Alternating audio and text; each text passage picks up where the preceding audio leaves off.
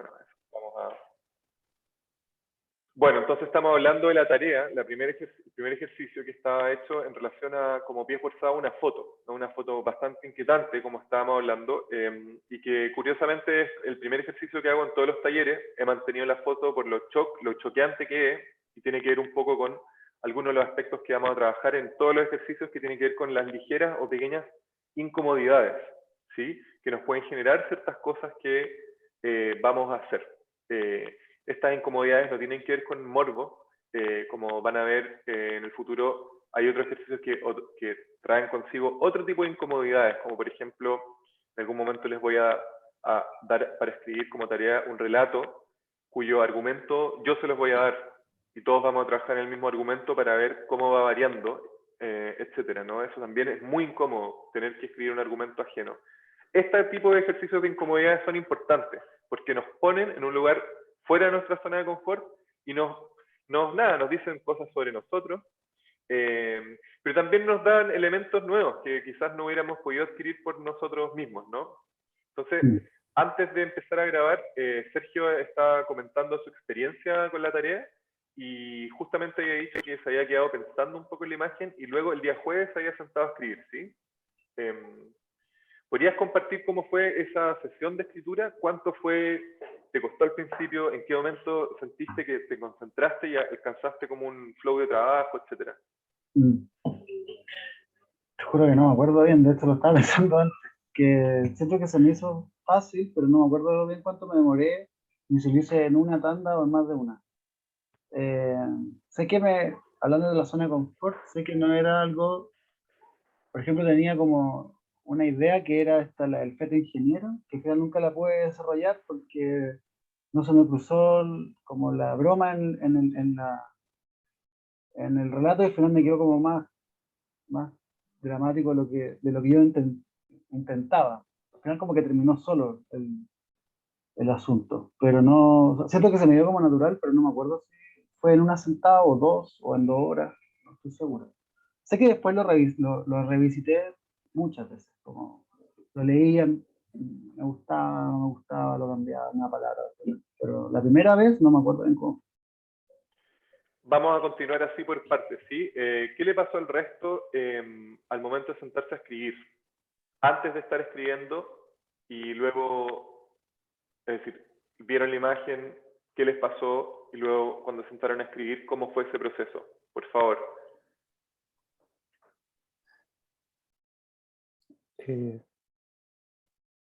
Sí, vale. Antes de sentarme a escribir, vi la foto, no me quedaba del todo claro si era, porque tenía como diferentes grados de hardcore, digamos, si era una estatua de porcelana que en el fondo estaba ahí entre las piedras, era, bueno, una representación. Si era una guagua efectivamente carne y hueso, era 4 o 8 veces más hardcore y eso producía cositas, digamos. Entonces no me quedaba claro y de hecho te lo pregunté por WhatsApp y tú me dijiste, tú dale, imagínate qué es lo que te produzca. Eso fue al principio y desestimé, o sea, que fuera un elemento como relevante el que fuera de cerámica o carne y hueso, y me lancé, digamos, con lo que había. Y me costaba mucho al principio empezar a crear algo, lo que fuera, digamos, siempre hablando en futuro y en segunda persona, ¿no? Al tú. No era tan sencillo. Entonces, después de como ir pensándolo en mi foro interno, dije, bueno, puede resultar esto. Y lo que pasó ahí es que, claro, cuando tuvimos la clase la semana pasada, yo estaba en Uruguay y al día siguiente en la mañana yo me movía para Chile y de ahí no tenían, no, yo sé que esto suena a excusa, pero te juro que no tuve ningún minuto como porque eran puras bienvenidas y me iba a la montaña. Entonces llego un miércoles, el jueves me voy a la montaña y vuelvo el domingo. Entonces o lo escribía en la montaña o, o no lo escribía. Y no lo escribí. Entonces llegué el domingo y lo que tenía pensado lo empecé a escribir y no me convenció absolutamente nada porque iba para como direcciones muy similares de cosas que había hecho antes y me parecía estar como haciendo un loop. Y finalmente lo que ocurrió fue que borré el domingo en la noche, cuando llegué borré el 80%, dejé el puro primer párrafo, lo dejé así y el lunes en la mañana muy temprano me levanté con alguna idea y fue lo que quedó, básicamente.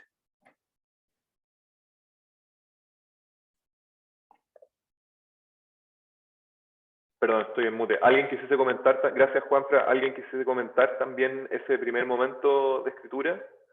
¿No? Por favor. Tengo un poco de problema de conexión, parece que yo, ¿no? Soy yo. No, se te escucha muy bien. Ah, ya. Yo escribí el mismo día, el martes. Escribí el martes 2 textos en mi teléfono y después escribí, porque no me convencieron tampoco, los dejé como ahí. Y después el jueves escribí otro y el jueves corregí como yo escribo. eh, voy a hacer como escribo. Yo estoy con el teléfono, por ejemplo, estoy escribiendo y no miro lo que estoy escribiendo, estoy escribiendo y como que no corrijo ni los acentos ni nada, escribo, que las palabras me salgan mal y no paro de escribir. Y después de eso pienso que está todo mal y que como que ni pienso en lo que estoy escribiendo, no pienso en nada, solamente como que escribo, como lo que se me cruza por la mente. Y no pensé que estaba bueno. El jueves hice otro y como que lo corregí y me demoré como en tres líneas, me demoré como, no sé, 1 hora en corregir y dije, ya, filo, no voy a leer nada hasta el domingo y el domingo lo voy a ver mejor. Y al final el domingo los vi todos, el jueves solamente como que corregí las palabras, así como, no sé, las separé, las corregí un poco, pero no hice mucha corrección de los 2 textos del teléfono.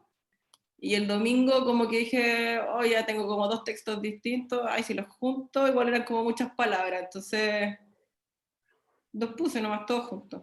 Y hice como un mix, pero igual no se ve tan distinto, porque son como el mismo tema de la guagua y eso.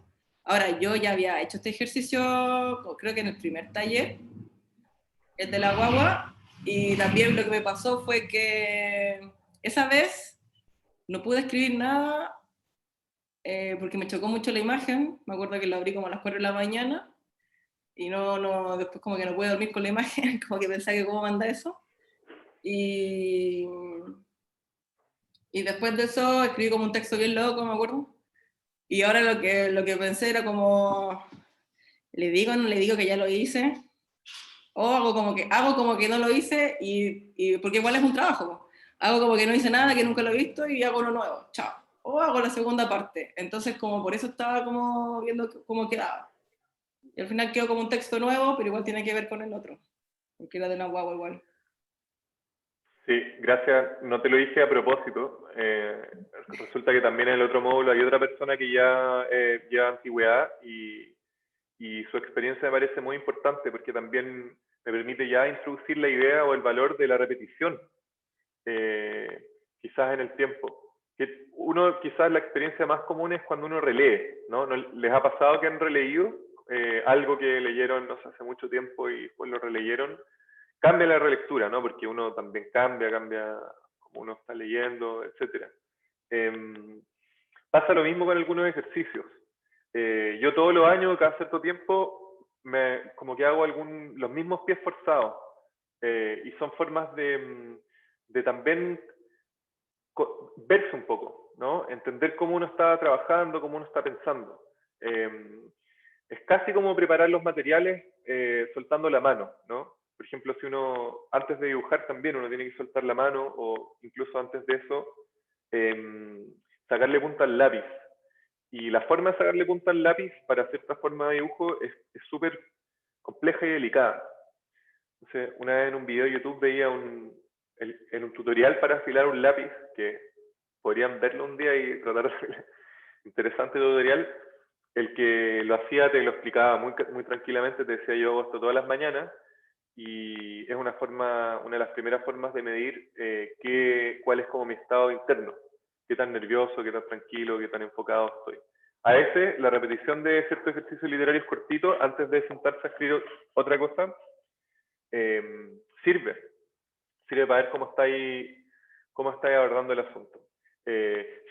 Cecilia, bueno, yo ya sé porque ya me lo dijiste antes, pero querías compartir con el resto cómo fue tu primera experiencia hasta la escritura. No se te escucha. Sí. Ahí sí, perdón. Yo ya te había comentado algo, pero para los demás, bueno, me pasó lo que han contado todos, que vi la foto y me dio entre angustia y, ay, no, ¿por qué? No, no quiero, no quiero, no quiero. Entonces, eso me hizo patear, siquiera pensar en qué escribir, porque no quería, como que no quería pensar. Pero ya, pues llegó el sábado y tenía que escribir porque la tarea era para el sábado. Antes del domingo es el sábado.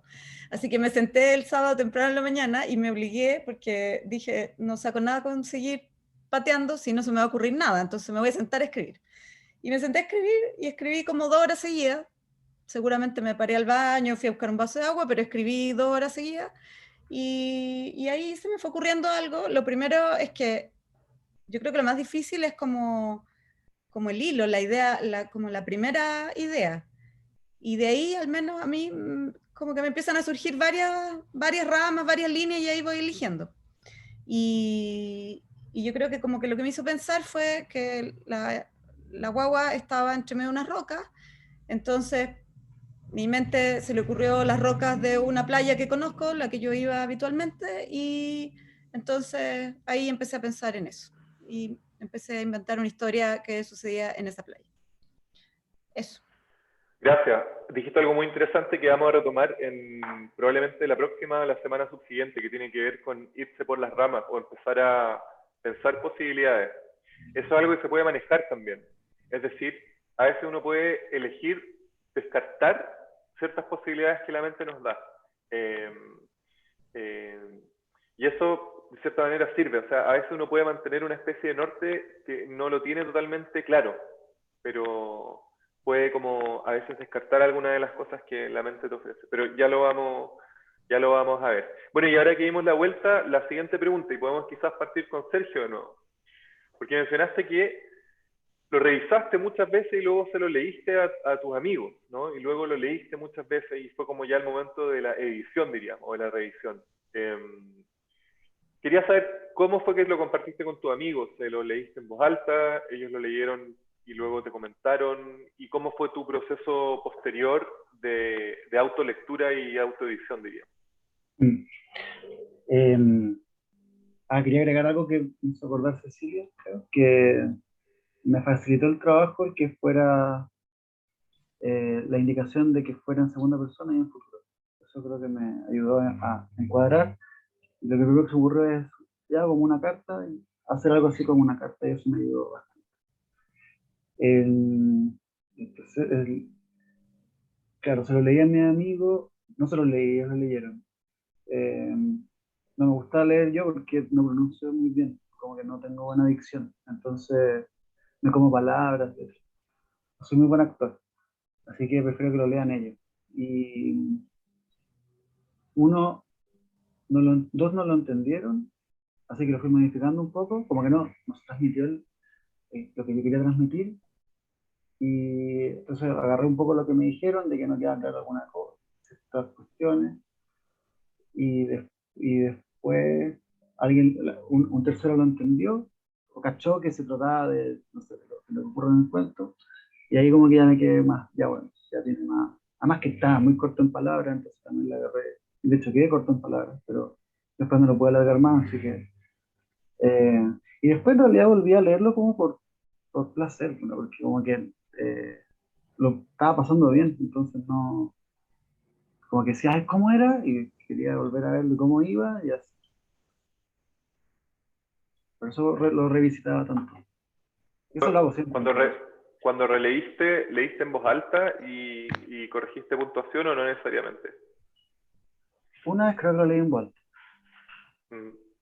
Bueno, ya empecemos, o sea, les comento que la mejor manera, o una de las primeras cosas que se nota en un texto que no ha sido leído, que no ha sido revisado, es que no ha sido leído en voz alta.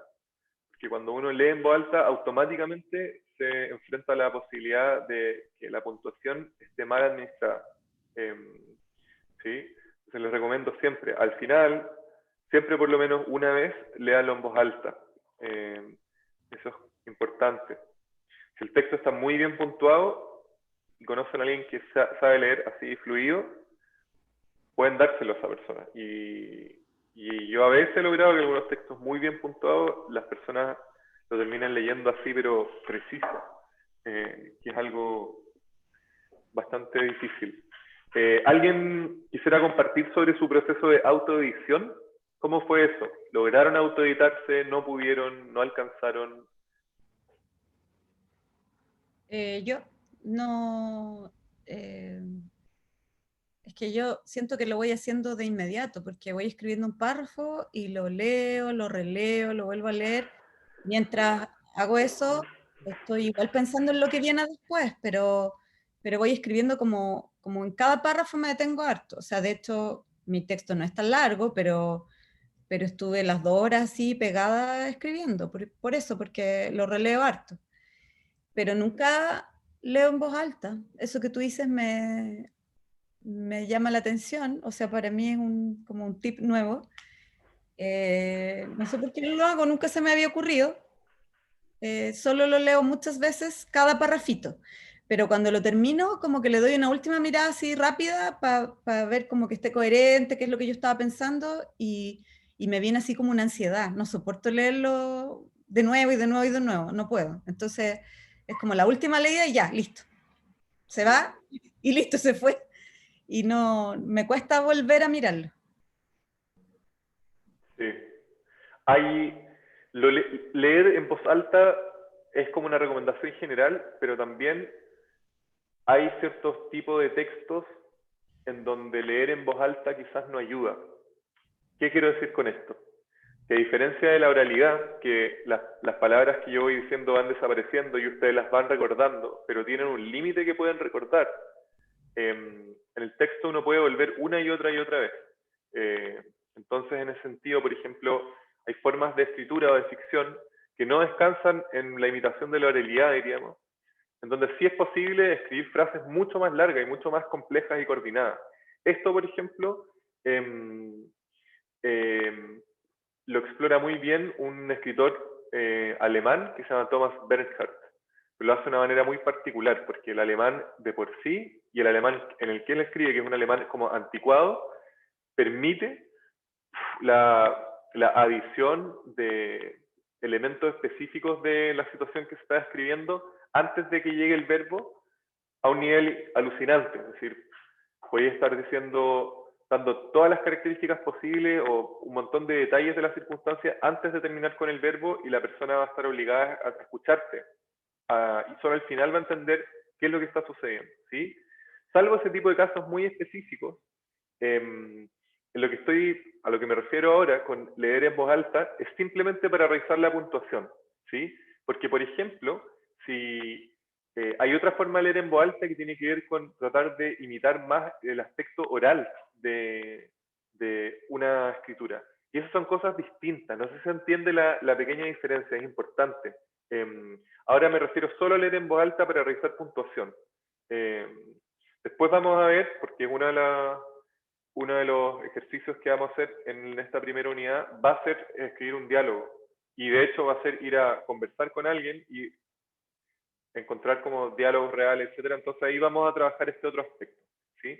Pero por el momento siempre te recomiendo, por lo menos hacerlo una vez al final. Lo otro, aprovecho de comentar encima de lo que estás diciendo, es que sobre todo en proyectos largos y sobre todo en momentos donde estamos emocionalmente exhaustos, que les va a pasar, es importante evitar caer en la tentación de sobreeditarse en vez de seguir avanzando. Y esto te puede pasar tanto cuando estás con un buen ritmo y vas avanzando y de repente decides parar porque estás como en el entusiasmo de haber escrito 4 párrafos que te parecen buenos, y cuando si ahí paras y vuelves a editar o revisar, te puedes perder en una tarea que a tu mente le puede parecer entretenida, pero que quizás puedes hacer después, en otro momento, y aprovechar precisamente ese impulso que tiene tu mente y ese entusiasmo para seguir. Y se van a dar cuenta, porque eso también es cosas que vamos a trabajar, que cuando uno agarra vuelo, diríamos, y para, y siente como un vértigo porque agarró vuelo, le va a costar un poco volver a hacerlo, pero si uno insiste, va a poder agarrar, como diríamos, una segunda ola, y así. Son cosas que se pueden ir administrando. Y luego la edición en sí puede hacerse en otro momento.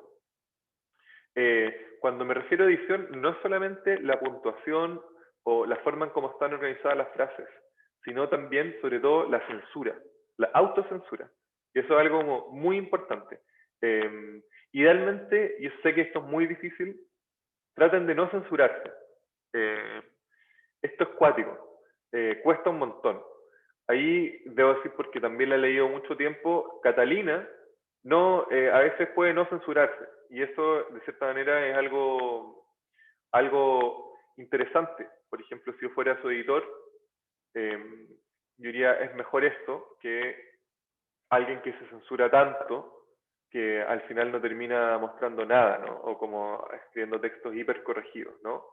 Esto de todas maneras depende también del tipo de ilusión de narración que se está creando. Es decir, si cada texto son un conjunto de oraciones, esto que se ha llamado el narrador de un texto o la voz narrataria, lo que sea, no es más que un conjunto de estrategias discursivas, ¿no? Entonces, incluso si hay un narrador omnisciente, lo que sea, o hay personajes que narran en primera persona, lo que sea, todo este tipo de diferencias o de particularidades también pueden pasar por el nivel de autocensura o no del narrador, ¿sí? No sé si me explico. Eso es un trabajo que también se puede hacer, pero como muchos otros trabajos, tiene que ver con el momento de la edición, no con el momento de la escritura inicial, ¿sí?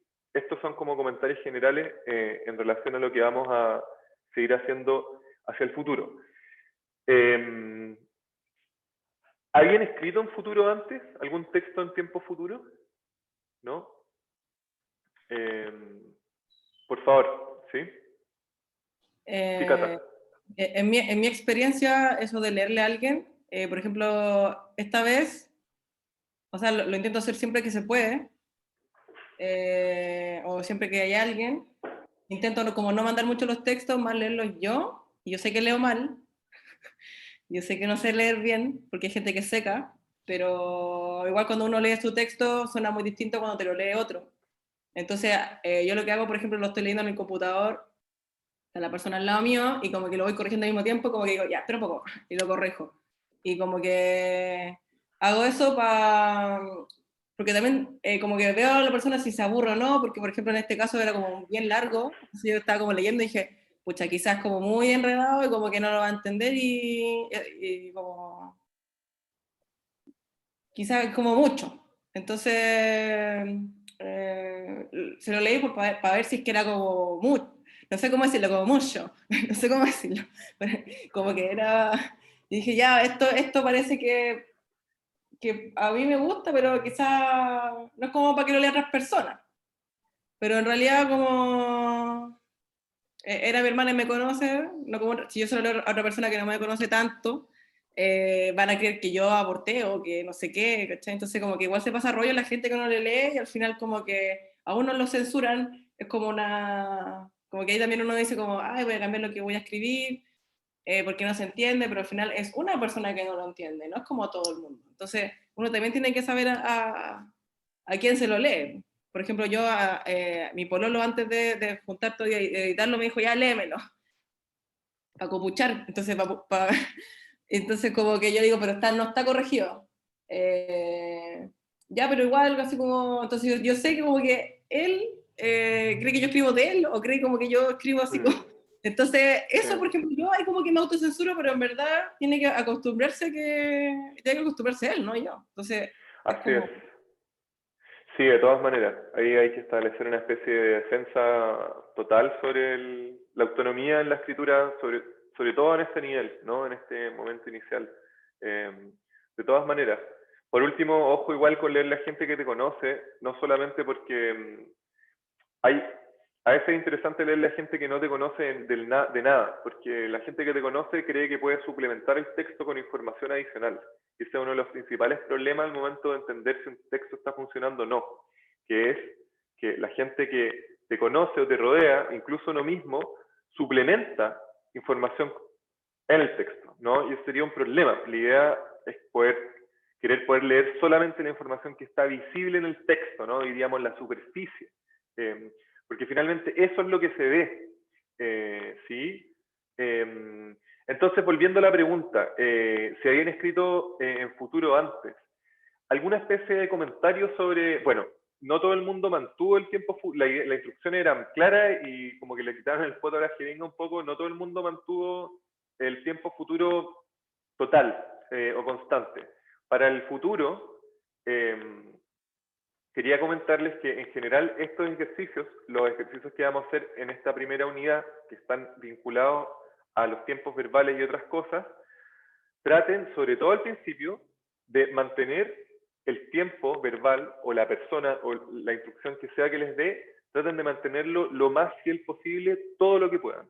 Y de hecho, exploren y entiendan cuándo están estirando el chicle demasiado. Porque el lenguaje humano, cuando se habla de manera sobre todo intuitiva, es decir, asumo que toda acá esta es nuestra lengua materna, nosotros estamos haciendo modulaciones lingüísticas todo el rato, cambiamos todo el rato de todo, ¿no?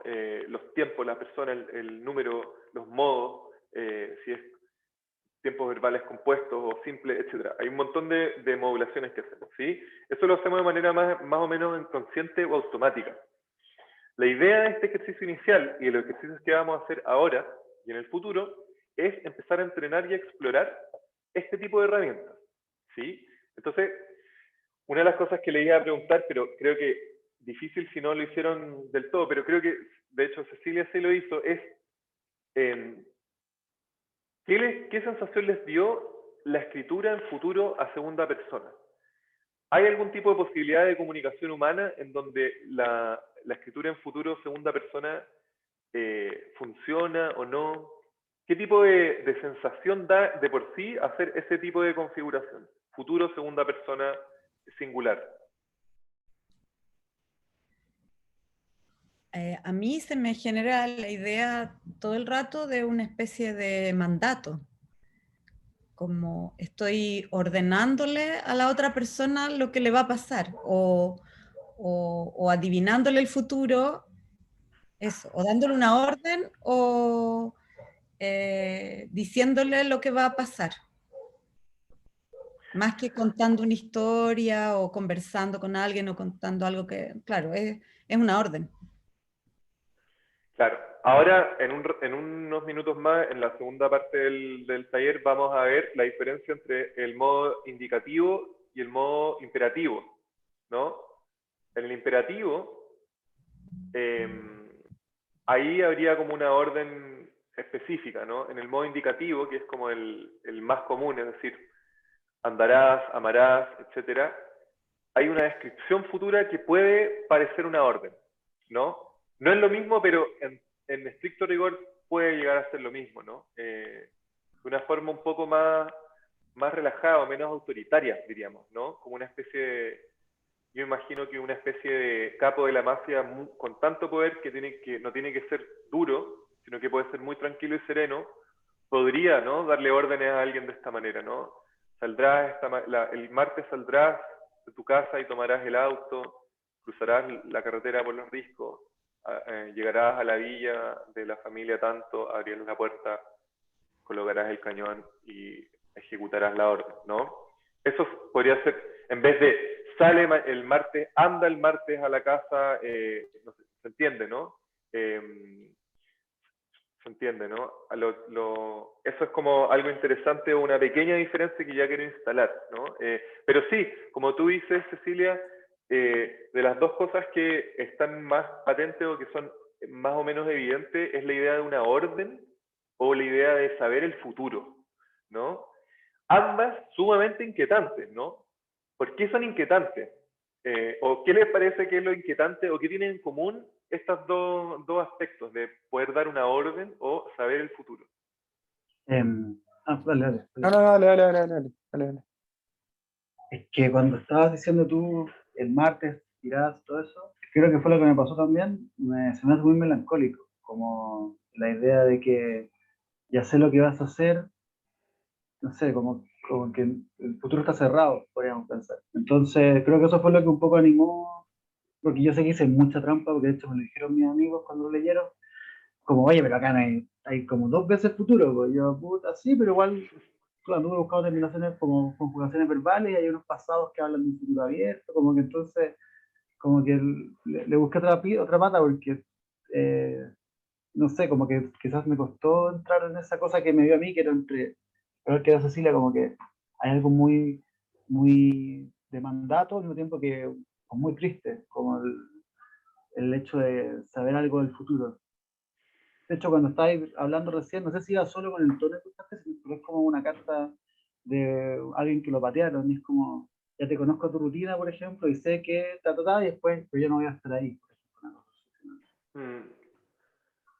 De todas maneras, concuerdo. De hecho, una vez vi un documental muy interesante sobre la mafia, una fotógrafa italiana que fue la primera persona que empezó a sacar fotos sobre las consecuencias de la mafia, ¿no? Es decir, esto es horrible, la mafia es miseria y hambre, no es protección e historia, ¿no? Y en un momento capturaron al capo de la mafia más importante del sur de Italia, probablemente las personas más poderosas en Italia. Y lo encontraron en una casa, en el campo, muy perdido, en una casa antigua de piedra, viviendo en condiciones paupérrimas. Vivía con muchas como botellas de agua y comida que le iban dejando y unas palanganas, como una persona muy en situación de abandono. Y él, bueno, llevaba mucho tiempo viviendo ahí, hace 40 años que no tocaba un teléfono, y él coordinaba todos los negocios de la mafia a través de un sistema de escribir papelitos, que a los fiscales se demoraron muchos años en demostrar con fotos que cuando había gente de la mafia que se juntaba con otra gente en lugares y se daban la mano, lo que sea, se pasaban estos papelitos. Y en estos papelitos estaban las órdenes.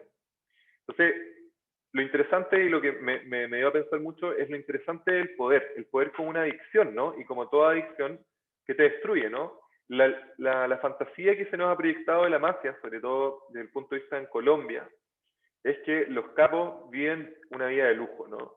Sin embargo, este hombre, que era el hombre más poderoso de Italia, estaba tan adicto al poder que vivía en las peores condiciones posibles en una casa, escribiendo notitas, ¿no?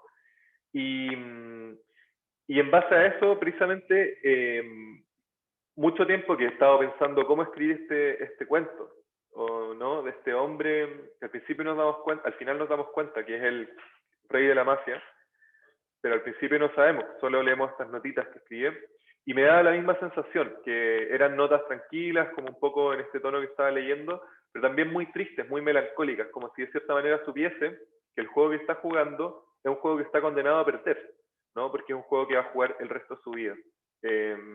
Eso, a propósito de lo que tú comentabas, y perdonen el excurso que me permití, pero es que precisamente hay algo muy triste en saber el futuro, como forma de dar orden.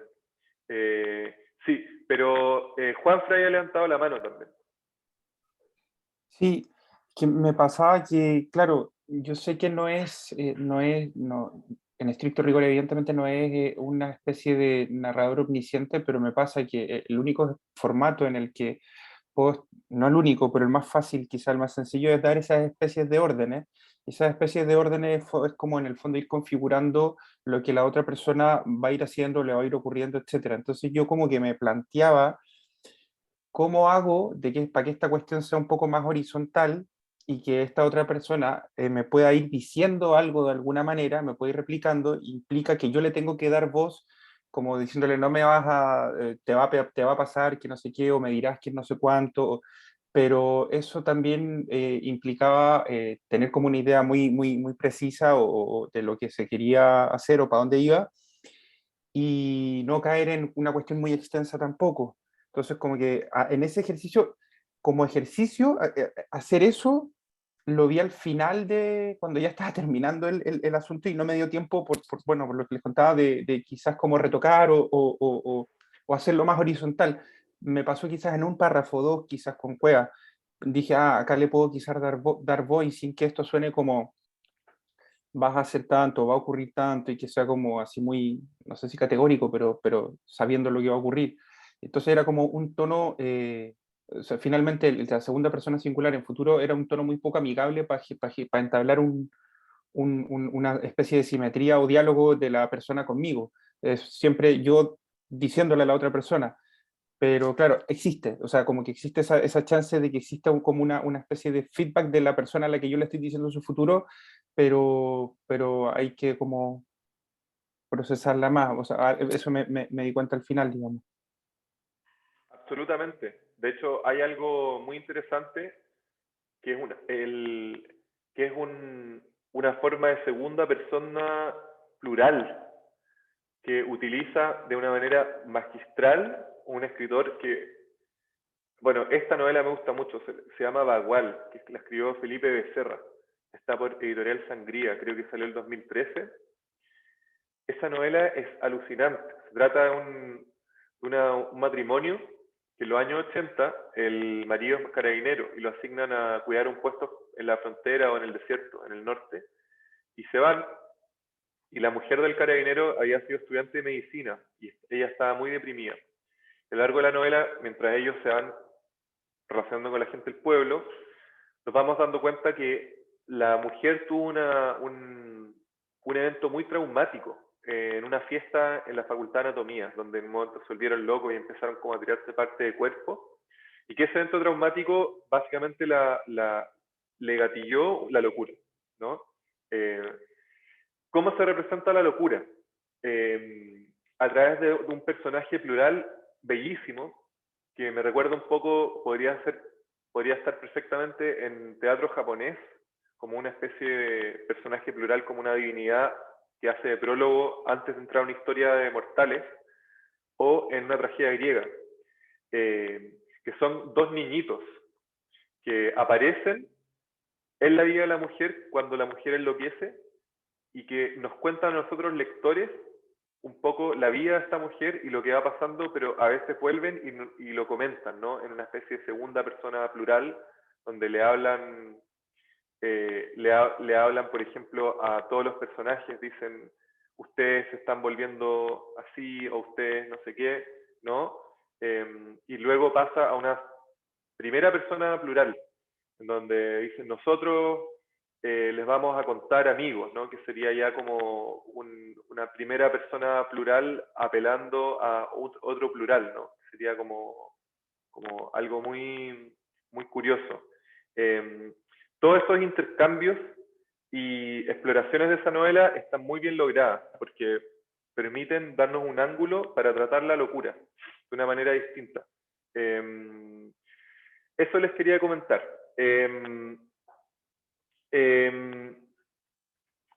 También les quería preguntar si, por ejemplo, agarrásemos sus textos. El problema es que como no lo hicieron así a rajatabla, el ejercicio de imaginación no va a poder ser tan intenso. Pero imaginemos que todo el mundo escribió el texto en futuro, ¿sí? 100% futuro. ¿Cómo ustedes creen que cambiaría el texto si pasáramos, bueno, y en segunda persona singular, ¿no? ¿Cómo cambiaría, por ejemplo, el texto si pasáramos de segunda persona singular a segunda persona plural?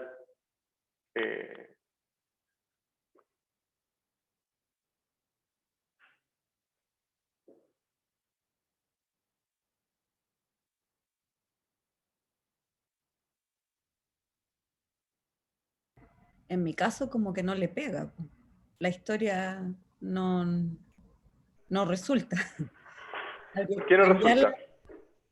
Porque la historia tiene que ver con un hombre que decide separarse de su familia, entonces el ustedes no aplica o tendría que cambiarlo, como ya varias personas decían separarse de su familia, igual eso es raro.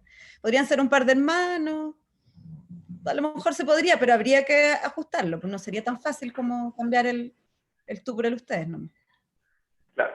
Dos comentarios sobre este pequeño momento. En torno a tus posibilidades, identificaste dos posibilidades que son en sí muy interesantes. Primero, que es lo que vamos a ver más en general y es la conclusión tentativa de todo lo que estoy tratando de transmitirle ahora, que es la forma es el contenido y la manera en cómo uno decide utilizar los tiempos verbales, las personas y otros aspectos del lenguaje afectan de todas maneras el contenido y de hecho importan mucho más a veces que el contenido mismo. ¿Sí? Es decir, es un componente muy importante. En segundo lugar, precisamente, esta posibilidad que a ti te parece rara sería una posibilidad a explorar sumamente interesante. Porque si en tu texto, en vez de una persona de segunda persona singular se pasa a segunda persona plural, nos enfrentaríamos a esa pregunta. ¿Está hablando de dos hermanos que se van a separar de la misma mujer? ¿Se entiende? ¿O cuál sería la otra opción? Que hay una persona que posee dos personalidades adentro, ¿no? Si ese es el caso, la persona que está narrando esto, ¿por qué sabe esto? ¿Por qué la persona que narra o la voz que narra sabe o asume que hay una persona que son dos personas, ¿no? Entonces luego nos preguntamos, ¿quién es esa persona que está narrando entonces? ¿Se entiende? Se instalan preguntas totalmente distintas, aunque el argumento sea el mismo. Aunque el argumento sea el mismo, las preguntas que la persona que lee va a instalar cambian. Y esas son las el cambio de preguntas también tiene que ver con cómo se estructura un texto. Es decir, un texto también en gran medida se define por las preguntas que permite al lector o sugiere al lector hacerse. ¿Se entiende? Ahora, cualquier persona que lee puede hacerse cualquier tipo de preguntas, pero hay ciertas preguntas que van a despertarse naturalmente, como por ejemplo si hiciéramos este ligero cambio, ¿no? ¿Se entiende lo interesante que es solamente un cambio tan pequeño como eso puede modificar la historia al punto, como dice Cecilia, que habría que reescribirla, o pensar unas circunstancias rarísimas de escritura? Ambos casos son interesantes, porque uno nos permite volver a pensar una variación de la historia, o nos permite pensar una situación de enunciación tan rara que llegaríamos a una historia que quizás no se nos podría haber ocurrido si volviéramos al clásico primera o tercera persona. ¿Se entiende, no? Sobre esta idea, la posibilidad de cambiar uno de los aspectos del texto para encontrar nuevas posibilidades es en lo que nos vamos a ejercitar durante la primera unidad. En la primera unidad vamos a hacer ejercicios de este tipo y otro tipo de ejercicios que tienen que ver con el montaje de la historia, es decir, cómo vamos a ordenar las partes de una historia que inicialmente va a ser narrada de manera lineal, es decir, como si hubiera sucedido en la, comillas, vida real. ¿Sí? Entonces, les voy a mostrar por primera vez, y esto ya está subido en la carpeta. Si ustedes van a la carpeta en 2022, anual martes, hay una carpeta nueva que se llama Insumos Generales. Ustedes hacen clic ahí, hay una carpeta que dice tablas. ¿Sí? Voy a compartir las tablas.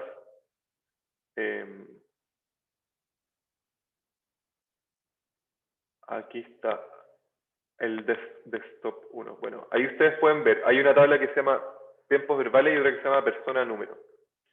¿Sí? Estoy compartiendo la pantalla. ¿Ustedes qué es lo que ven? Ven la pantalla acá, ¿no? ¿Sí? Entonces Sí. vamos a... Vale, ustedes ahora están viendo estas dos tablas, ¿cierto? Que están en mi escritorio. ¿Sí? Vale. La primera tabla es una tabla que se llama tabla de tiempos verbales. Se ve súper compleja, pero no se asusten. Es lo que ustedes usan, o casi todo, porque la verdad es que no usamos todo esto, estas posibilidades, pero eso es lo que básicamente nosotros usamos de manera intuitiva. ¿Sí? Entonces están formas de conjugación, que es el ad et ir, ¿no? Están las formas no personales, en donde no hay marca de persona, como es el infinitivo, amar, comer, vivir, el gerundio, amando, comiendo, viviendo, el participio, ¿no? Lo amado, lo comido, lo vivido. Pero aparte de eso, están las formas verbales personales, que es en donde nos vamos a concentrar básicamente, ¿sí? Las formas verbales personales se dividen o se pueden agrupar en relación a los modos, ¿sí? El modo indicativo, el modo subjuntivo y el modo imperativo. Cuando yo me enteré de todo esto, no cuando empecé a hablar castellano, porque uno cuando nace, uno aprende estas cosas, sino cuando estudié latín. Y descubrí, cuando estudié inglés, que hay cosas en inglés que se resuelven de otra manera, ¿sí? Cuando empecé a aprender inglés, solamente pensaba que el modo indicativo era lo más importante. ¿Y por qué? Porque es la descripción de algo que, o la referencia a algo que efectivamente sucedió, o se asume como algo real, ¿no? Por ejemplo, yo amo. Si yo les digo a alguien, yo amo, estoy asumiendo tácitamente, por utilizar el modo indicativo, que eso es un hecho, ¿sí? Entonces, diríamos, el modo indicativo forma parte del aspecto del lenguaje que declara que algo es. No sé si se entiende, ¿no? El modo subjuntivo, por el contrario, obedece más al reino de las posibilidades, ¿no? Puede ser como algo que necesita una condición para suceder, ¿no? Como que yo ame, o esto está en presente, ¿no? Pero en pretérito, que yo amara, o el pretérito compuesto sería que yo hubiera amado, ¿no? El futuro imperfecto, algo que nadie usa nunca, ¿no? Amare, comiere, viviere. Interesante, ¿no? Todas estas son cosas que hay que volver a ver y no descartar. Échenle un ojo a esta tabla y fíjense cómo funciona, ¿no? Me parece muy importante primero señalar estos dos grandes reinos, diríamos, el modo indicativo y el subjuntivo, y luego el imperativo, ¿no? Que sería mucho más sencillo y tiene que ver con el hecho de dar una orden. La segunda tabla, que es mucho más sencilla, es una tabla de persona y número. Evidentemente, la tabla de persona y número solo se puede aplicar a ciertas zonas de esta otra tabla, es decir, no a todas, ¿no? Estas tablas son las tablas que yo uso cuando me siento a veces a planificar la escritura de ciertos proyectos. Por ejemplo, les voy a mostrar, si me permiten, a ver, aquí, perdón, escritos 2022. A ver, aquí estamos. Bueno, mientras estaba en Finlandia, en invierno, cuidando a la abuela de mi pareja, tuve mucho tiempo para pensar. Estaba escribiendo una novela que llevaba mucho tiempo escribiendo y estaba muy agotado. Y unos amigos me invitaron a escribir un mundo para un videojuego. Y le dije, yo tengo el mundo, se trata de lo mismo. Transcurre en un valle que está medio desertificado y el juego se trata de que eres una criatura que cambia de forma y tu objetivo es colocar un huevo y que el huevo eclosione, es decir, que nazca la criatura en el huevo. ¿Cómo se pueden colocar el huevo? ¿Cuáles son las condiciones de victoria? Puedes colocar el huevo dentro de ti, es decir, como embarazarte, colocar el huevo dentro de otra persona o ser, embarazar a un ser, o colocarlo afuera, a la intemperie. Evidentemente, cada uno tenía sus pros y sus contras. El asunto es que al momento de pensar el juego en este valle, pues la idea es como criatura que cambia forma, es que tú vas a cada una de las casas, ves lo que está pasando y te aprovechas de la familia. Entonces, por ejemplo, si hay una pareja que estaban discutiendo porque se tenían que ir y querían un hijo, el cambiaforma cambiaría, si descubre eso, te transformas en un niño y llega y dice, no, un niño perdido, y te adoptan y ahí ves cómo poder poner el huevo, ¿no? Es como un juego, lo atractivo del juego era que no eras precisamente un héroe, sino que es más o menos algo así como una especie de naturaleza postmoral, como sería el Alien de la película. No sé si vieron la película Alien. Bueno, resulta que más allá del videojuego esto me abrió la cabeza y decidí escribir una novela al respecto. Entonces estuve pensando mucho rato el argumento y lo encontré, ¿no? Entonces, un día me senté y escribí el argumento. que es un juego de intercambio, ¿no? Entonces, en la novela se llama Igual Cero, porque igual es el nombre de la criatura y cero es el huevo que quiere poner. Y en cada capítulo, donde igual cambia el nombre. Entonces, al principio, la criatura es agua. Y una niña se encuentra con el agua, entonces pues es igual niña. Y esa niña llega a vivir con una pareja en el valle, finalmente se va y después igual niña se transforma en igual soldado y así, va mutando, ¿no?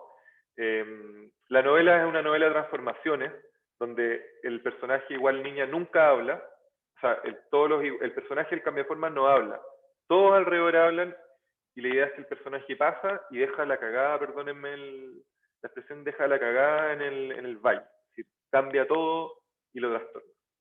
Cuando me senté ya tenía resuelto más o menos todas estas como pequeñas cosas que iban a pasar, que es como el aspecto del argumento. Me senté a pensar el problema de la focalización, es decir, ¿cómo narrar esto? ¿Sí? Entonces no sé si se ve este Excel, ¿sí? ¿Ustedes piensan que se iban a independizar del Excel? No, el Excel es lo mejor que le ha pasado a la humanidad, es increíble. Entonces, al principio, vamos a sacar esto. Al principio, planifiqué la novela así. Esto lo vamos a ver, no se preocupen, la segunda unidad, pero aprovecho de contarles. Dije ya, va a haber como un capítulo 0, un prólogo, y luego va a haber una parte 1, parte 2, parte 3, parte 4, hasta 8. Y en distintas partes van a haber distintas como subpartes, ¿sí? Entonces, en el prólogo es un poema. En la primera parte, que es cuando la criatura se encontraba con la niña, o la niña con la criatura, lo decidí hacer en segunda persona secreta, ¿no? Entonces parte la novela diciendo: amanece en el bosque y buscas agua con tu buscador de agua, Carlina, ¿no? Es decir, le estoy hablando a Carlina, que es la niña. La segunda parte, que es el capítulo en donde el agua, en la forma de la niña Carlina, llega a una pareja de cuidadores que están discutiendo sobre irse de la casa que cuidan porque hay contaminación, etc. La primera parte está narrada desde la perspectiva de una mujer, la esposa del cuidador o la cuidadora, ¿no? La segunda parte está narrada desde la perspectiva del hombre, que es el esposo de la cuidadora o el cuidador, ¿sí? En la medida en que me di cuenta que quería focalizar la novela en torno a personajes, empecé a ponerle las partes de acuerdo a los personajes que hablaban. ¿Qué es lo que pasó? ¿O cuál fue el problema? Tuve que decidir cómo hacer estas focalizaciones, ¿no? En la medida en que lo fui escribiendo, cada día que escribía algo, por ejemplo, y lo terminaba, lo colocaba en amarillo. Entonces, lo decidí escribir de manera lineal, primera novela que hago así, y les juro por Dios que cada vez que completaba una parte y colocaba esto amarillo, en mi cerebro algo pasaba, y me provocaba un placer indescriptible. Esto lo vamos a hacer en la planificación y cuando lo ejecutemos, le pido a Sergio, por favor, que se abra la posibilidad de planificar. Me acuerdo que mencionaste que estaba un poco escéptico. Lo que les quería mencionar y mostrar ahora con esto es que lo que vamos a ver ahora en las tablas está estrechamente vinculado a la planificación de un escrito más largo, sea un grupo de cuentos o una novela, porque como ya lo hemos visto, la forma es de cierta manera también el contenido, ¿sí? Volvamos a las tablas. Después de este pequeño desvío, que en verdad era muy importante. Al momento de idear estas tablas, que una idea que obtuve de cuando estudiaba latín en la universidad, me di cuenta que, de cierta manera, podríamos tomar la imagen de que hay un gigante o un hombrecito o una persona, en verdad lo mismo, que habla, que tiene un pie en esta tabla y el otro pie en esta parte, ¿sí? Supongamos que solo en esta parte, quiero que nos concentremos en la tabla, en las tablas que están en amarillo, ¿sí? Entonces el juego o la imagen es que dependiendo del pie, donde esté el pie, el gigante va a hablar de una manera particular, ¿sí? Entonces, por ejemplo, si el gigante tiene el pie en primera persona singular, el modo indicativo del presente, esto sería yo amo, ¿no? Pero, si por ejemplo, digamos, el gigante cambia el pie acá, ¿no? A segunda persona singular, esto sería, ¿cómo sería? Tú amas, ¿no? ¿Se entiende? Esto parece muy básico. Bueno, lo es. Entonces, singular tercera sería él, ella o le, ¿no? O if, diríamos. Eso, ama, etcétera.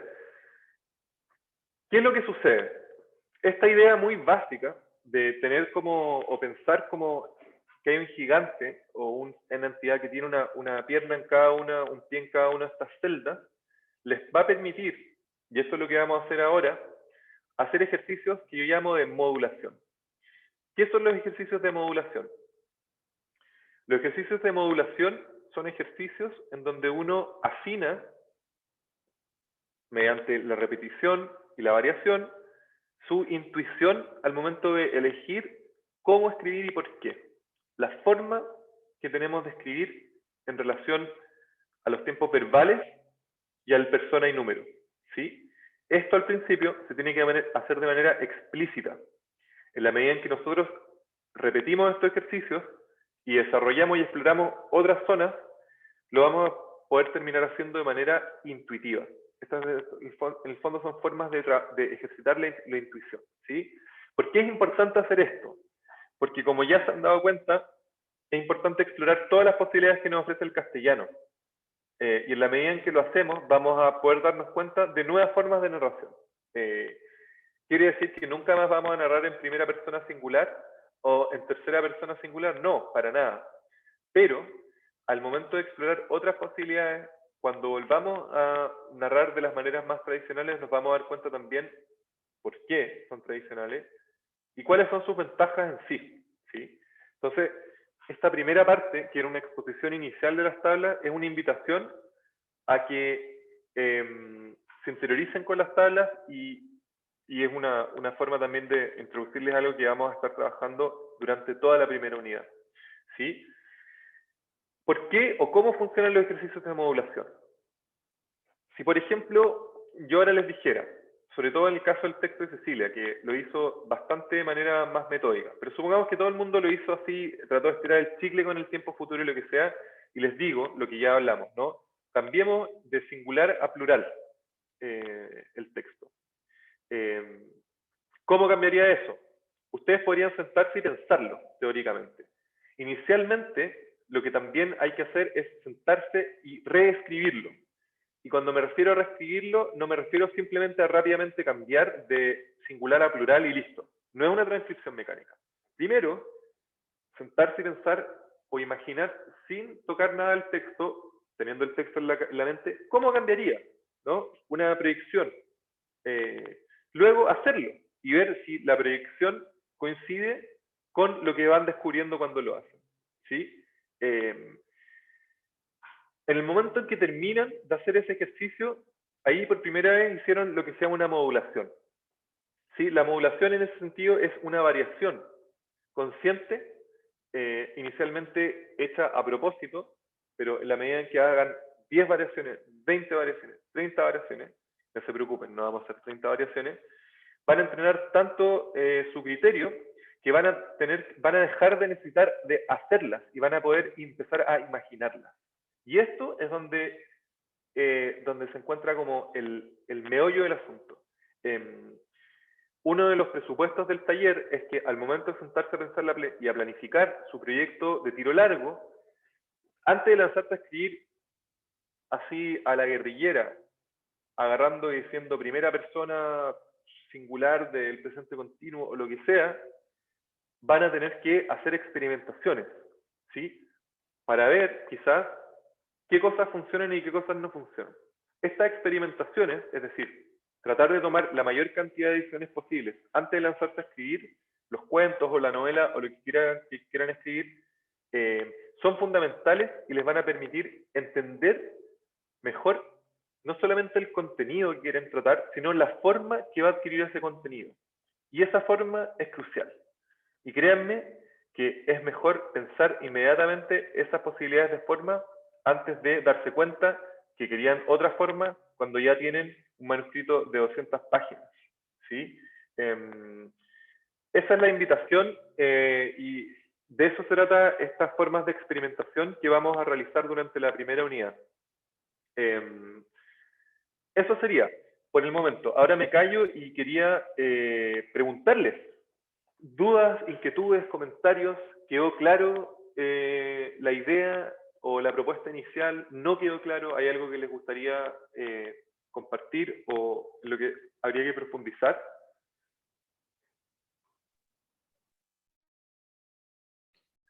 Sí, yo me acuerdo que en un taller, bueno, la profe nos decía que había escrito una novela entera, por ejemplo, y que de repente el editor le dijo, oye, ¿qué pasa si este personaje o este otro personaje lo cambiáis a otra persona y a otra, digamos, de plural singular? No me acuerdo cuál era el cruce, ¿no? Pero lo cambiaba. Y claro, ese ejercicio había dicho ella que le había cambiado un montón de cosas, que enriquecía un montón lo que estaba haciendo y que cambiaba un montón, digamos, no solo de cambiar solo los tiempos verbales y los plurales singulares a lo largo de la novela, sino que cambiaba un montón lo que ocurría dentro de... Y entiendo, y eso había sido, digamos, una lata, porque, o sea, bueno que se lo hayan dicho, pero una lata porque era un montón de trabajo luego rehacer todo, y ahí como en esa lógica, entiendo este ejercicio como decir, ok, tenéis una idea, hay algo, digamos, para escribir, pero date cuenta ex ante cuál va a ser el cruce plural, singular, primera, segunda, tercera persona que más te va a aportar para aquella idea, y eso que lo hagáis, digamos, ex ante en vez de ex post para ir con eso como, no sé si resuelto, o casi resuelto, para no hacerlo después. O sea, yo no lo había pensado nunca y es una cuestión que me pasa, yo no escribo mucho, o sea, como cosas largas, pero sí me pasa que escribo cuentos quizás, y ahí sí que digo, bueno, claro, lo pienso un montón y de repente hay cosas que sí han cambiado, por ejemplo, de primera persona a tercera persona, que han sido como descubrimientos, así como va, aporta o suena muchísimo mejor, es mucho más plausible lo que estoy diciendo. Pero claro, y eso no es tan, o sea, una persona de buenas a primeras que escribe así no lo piensa mucho quizás. Sí, solo para acotar, independiente de sus proyectos personales, por ejemplo, si es un conjunto de cuentos o una novela, o incluso crónica, bueno, pero acotémonos a conjunto de cuentos o novela, la idea es que en los momentos, las fases iniciales de la escritura, cuando ya tienen más o menos resuelto un argumento tentativo, inicial, básico, no tiene que ser muy elaborado, que se lancen inicialmente a explorar distintas distintas formas con la tabla, ¿no? Cuando digo explorar son 1000 palabras, no más, ¿no? O 500 palabras, 1000 palabras. Que después que ya vayan a hacer los ejercicios, porque vamos a hacer bastante ejercicio, que cuando sienten a pensar su proyecto piensen en 5 posibilidades, por ejemplo, ¿no? Y las primeras experimentaciones tienen que ver con eso, con experimentar esas 5 posibilidades. Como las posibilidades van a experimentar en distintos cuentos o en distintas partes de los capítulos, lo que les va a pasar también es que se les van a ocurrir otras cosas de la historia mientras están experimentando las otras posibilidades.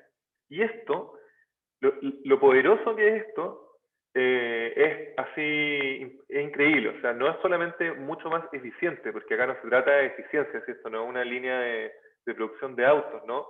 Sino que es una forma muy consciente de poder ir explorando distintos niveles que obedecen a distintos tipos de decisiones que van a tomar. Pero como no tienen nada resuelto todavía, porque escribir se trata de ir descubriendo también lo que va pasando, son formas muy dinámicas de también ir descubriendo sobre lo que verdaderamente quieren escribir. ¿Se entiende? Son formas súper productivas de guiar procesos muy intuitivos. Y yo creo que esa es una de las gracias de estos métodos de las tablas y luego de los montajes que vamos a ver. Que son básicamente como circuitos así de lógica o logaritmos serían, pero que trabajan con intuición libre y eso es muy bello porque te permite lo mejor de los dos mundos. Te permite como mantener una especie de control sobre tu intuición. Y eso es muy interesante. Entonces sí, precisamente la idea es eso, evitarse tener que aprender esta enriquecedora técnica cuando tenéis que cambiar un manuscrito entero, y hacerlo al principio. Solo para hacer una pequeña acotación también, ahora justo terminé una novela, un manuscrito que me ha costado muchos años escribir, 5 años, en parte por problemas emocionales, problemas míos, y uno de los momentos donde más creció la novela precisamente fue cuando pasó de un cuento a ser un guión cinematográfico. Un amigo me dijo, hagamos un guión sobre esto. Y dije, fácil.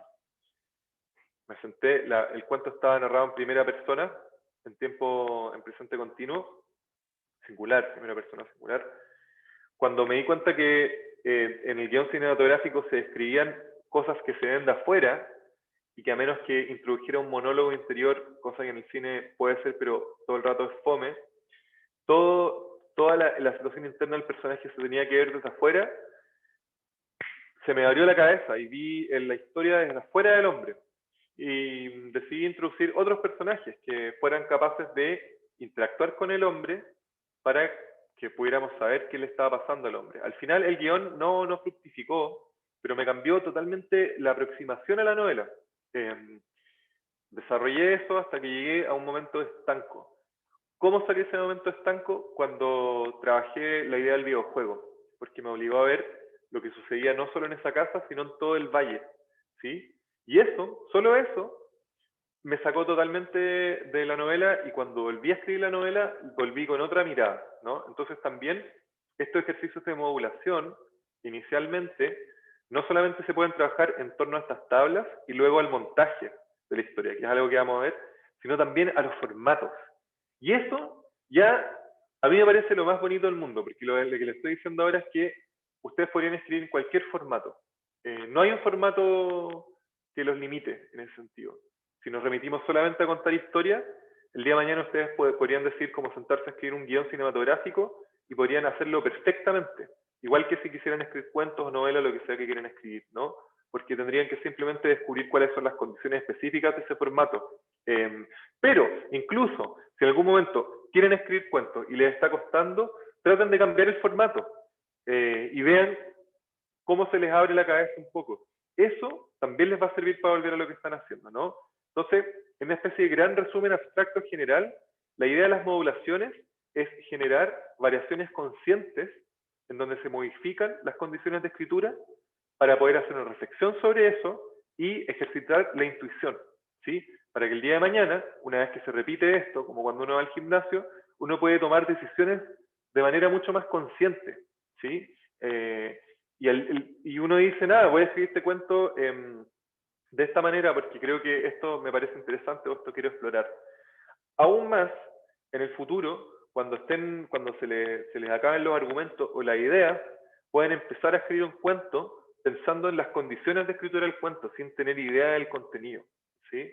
Eso también es muy interesante y también es algo bien como contraintuitivo. Es decir, muy pocas personas se les ocurriría hacer algo tan raro, ¿no? Como quiero empezar a escribir un cuento en futuro segunda persona plural, modo indicativo. Interesante igual, ¿no?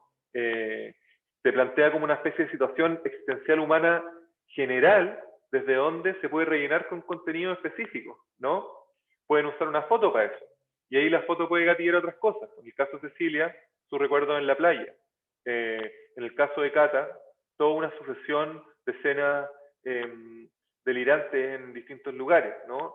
Y así en el caso de Sergio y Juanfra también los respectivos como delirios de cada cual, ¿no? Eso. No sé si más comentarios, por favor, quiero escucharles, quiero saber, como todo lo que me quieran comentar, este es el momento.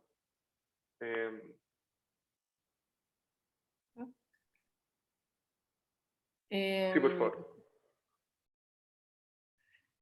En el caso de que sea como plural, la segunda persona plural, es como cuando uno culpa a alguien por lo que es como ustedes hicieron esto, ustedes es como más en ese sentido, o sea, encuentro yo, por ejemplo, en el caso de lo que yo escribí, yo pienso así como si fuera así, sería como una secta, porque si todas las personas hicieran lo mismo que que hizo esta persona en singular, si lo hicieran más, fueran como un grupo, sería ya como una secta. Entonces como que siento que es como más grave. Algo así como... Depende, sí, en una situación inicial sí, porque además en nuestra memoria colectiva reciente está la idea que las guaguas las queman sectas, ¿no? Pero también, por ejemplo, podría ser un cuento como de humor negro, repugnantemente negro, en donde ese sujeto colectivo es un grupo de apoderados de un colegio, que, ¿cachai? Decidió, no sé, matar el bebé que una de las estudiantes en la gira de estudio tuvo, ¿cachai?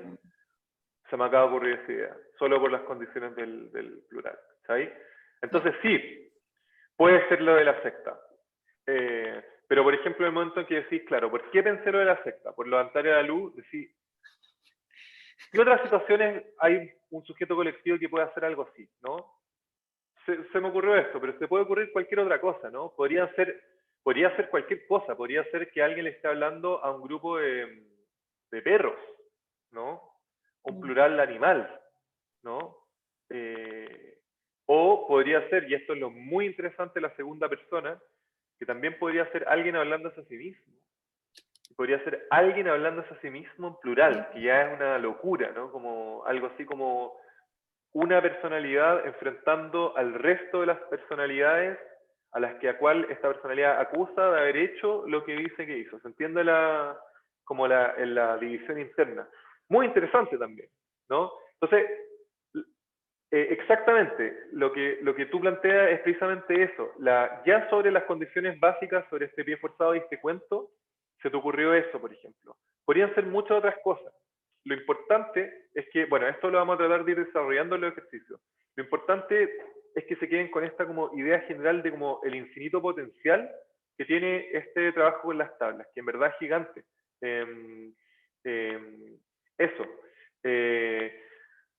¿Algún otro comentario, preguntas, dudas, inquietudes, ocurrencias?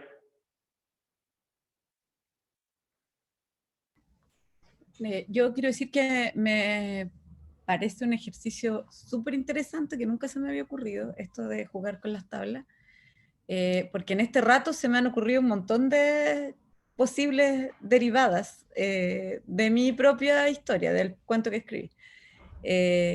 Y claro, así como que la primera cuestión que se me ocurre, digo, no, nada que ver. Pero claro, podría ser, y salen ideas que son más asibles. Entonces lo encuentro súper entretenido, además como un ejercicio lúdico nomás. Eso. Ese es el punto. La gracia es cuando uno empieza a trabajar con este tipo de insumos, es que es muy difícil caer como en el bloqueo de la página en blanco, ¿sí? Porque si no se te ocurre algo, bueno, empieza a escribir cualquier otra cosa, ¿no? Y usa las tablas. De hecho, uno de los ejercicios que vamos a hacer ahora, en las próximas semanas, es más delirante aún, porque vamos a trabajar sobre el mismo argumento. Yo les voy a dar un argumento específico.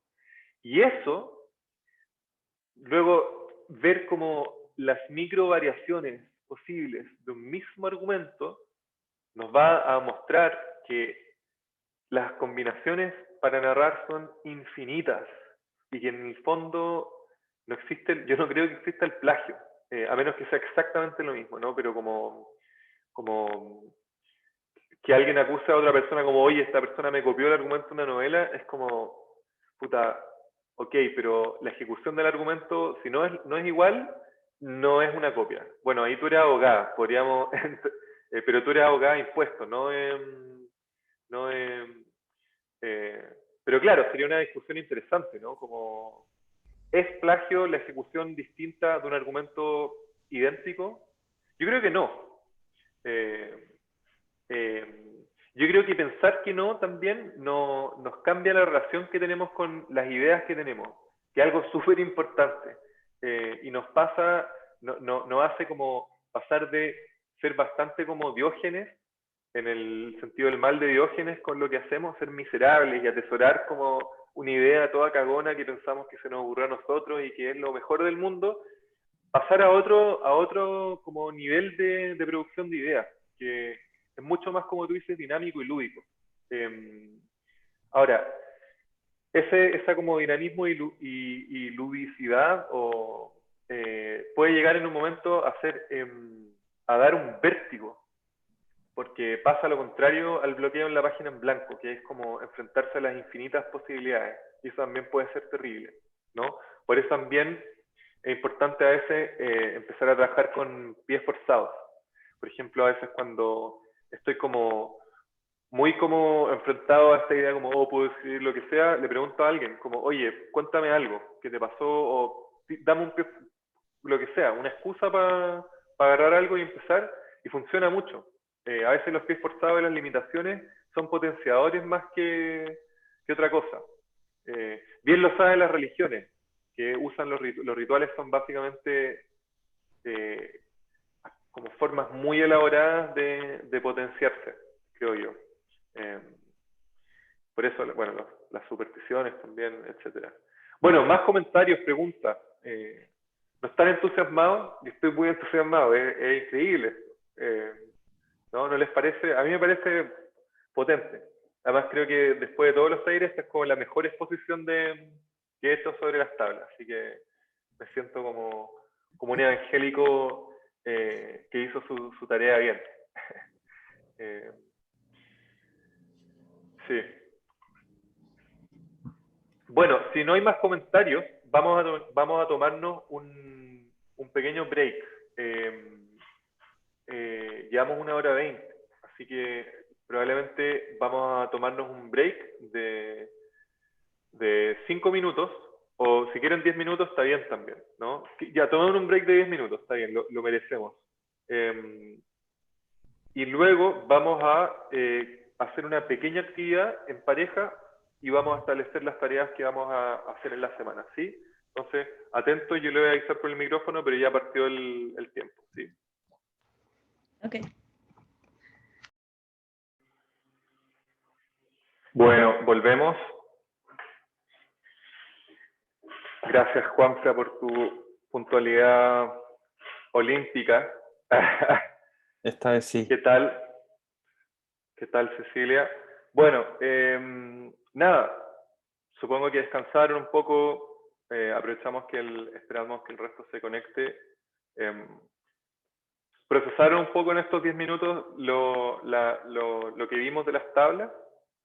¿O pensaron en eso? ¿O la vida les tiene muy ocupados en problemas más potentes que la ficción? Problemas más domésticos que la ficción. Sí, bueno, por favor, Sergio. Sí, que el año pasado, cuando tenía más o menos empecé a escribir más seguido, tenía la idea de escribir una serie de cuentos, no sabía cuántos, que se trataran o que tuvieran como un sentimiento en lo verbal quizás, o sea, como el ángulo que agarraba la historia, de voyerismo. La idea era como que los reptilianos existían, pero eran como testigos del encierro de la pandemia. ¿Sí? Y como esa mutación, cómo es que de pronto en poco tiempo, tan masivamente, hay como un cardumen que se mueve para un lado para otro, entonces como esa especie de que hay un observador de ese fenómeno. ¿Sí? Y lo que me pasó fue que escribí como 4 o 5 historias y me aburrí mucho o cierto que no alcancé nunca esta cuestión de que se entendiera de forma implícita, no sé, como que habitara este ojo que estaba mirándonos, ¿sí? O que estaba mirando a los personajes, ¿no? Y porque creo que lo que cayó siempre fue la estructura clásica de los cuentos, supongo, no sé si es clásico en realidad, pero que es como un narrador que habla de un personaje, que lo conoce bien, ¿no? Como que porque en el fondo lo conoce bien porque lo ve, no sé, lo ve en su casa, entonces sabe que salió, que entró, ¿entiendes? Y no sé, estaba pensando, entonces, como ese era mi problema, que tu ejercicio venía, o tal vez viene como bien, viene ad hoc a esto, ¿no? Pero, por una cosa que te quería preguntar, porque en el fondo lo que tú propones un poco como que hace que uno explore un asunto, pero ¿qué pasa si uno quiere llegar a un asunto? ¿Me caché? Como encontrar cuál era el ángulo mío en esta cuestión, porque no sé a priori qué pasado, qué presente o qué forma del singular o del plural me refiero, lo que quiero decir, como si necesito a este boyerista, ¿cuál sería? O ese si fuera el ejercicio, ¿me refiero? Absolutamente, es una buena pregunta. Eso se conecta con, a ver, te puedo responder la pregunta en dos niveles. Un nivel como general, sin hablar del argumento específico que me estáis preguntando, o del argumento específico. ¿Cuál quieres? ¿O cuál preferirías? Eh, creo que es más comunitario que no sea exactamente el mío, pero estoy curioso de cuál puede ser tu respuesta. Ya voy a la general, vamos a general y aterrizo en la particular. La general es que si uno tiene pensado el argumento y más o menos intuía una forma que quiere narrar y se quiere lanzar como a escribir lo desconocido, a lo que salga, como se hace y se ha hecho, bienvenido sea, ningún problema. De hecho, pasó en uno de los talleres que una de las talleristas en un momento me dijo un día, que le tocó leer porque nunca leía, me dijo que ella encontraba que el método o todos los métodos o las cosas que vimos en el taller eran muy interesantes, pero que ella la verdad escribía así nomás, lo que le saliera. Y claro, luego nos leyó los textos y resulta que ella era increíble. De hecho, ahora va a publicar una novela y ella es como increíble. Pero a mí me da lo mismo su caso, o sea, bien por ella. A mí me interesa o estoy como obsesionado con qué pasa situaciones en donde no sabes lo que quieres escribir y ni siquiera tienes como intuiciones, ¿no? ¿Qué es lo que pasa si querías escribir y no tenéis pensado un argumento, no tenéis pensado nada, ¿no? ¿Cómo se hace? Hay que sentarse y que se te ocurra algo, ¿no? Muchos métodos dicen no, tienes que primero pensar en los personajes, por ejemplo. Pero la verdad es que uno puede sentarse a pensar en personajes y tener vidas enteras, pero no por eso va a tener una historia. ¿Sí? Lo mismo, puedes sentarte a pensar espacios, hasta niveles como de ciudades, pero no por eso va a tener una historia, ¿no? La pregunta que uno se puede hacer ahí es como, bueno, ¿qué es una historia en el fondo? ¿O qué es contar una historia? ¿Es contar algo que pasa? ¿Es la forma en cómo se cuenta? Yo creo que una mezcla de varias cosas. Y por lo mismo, como es una mezcla, puedes sentarte a descubrir o a escribir la historia o escribir lo que va a transformarse en un manuscrito inicial de esa historia, y ese descubrimiento se puede hacer trabajando distintos niveles por separado o varios niveles en conjunto. Lo que hemos trabajado ahora en las tablas es una de las posibles formas de abordar una historia, ¿no? En el caso, esa es como la respuesta general, ¿se entiende, no? Que depende, pues. Quizás te podéis sentar o encontrar cualquier estímulo o un pretexto inicial, lo que sea, y empezar a pensar que quizás, si ya lo obvio sería una primera o una tercera persona, quizás explorar formas de segunda persona.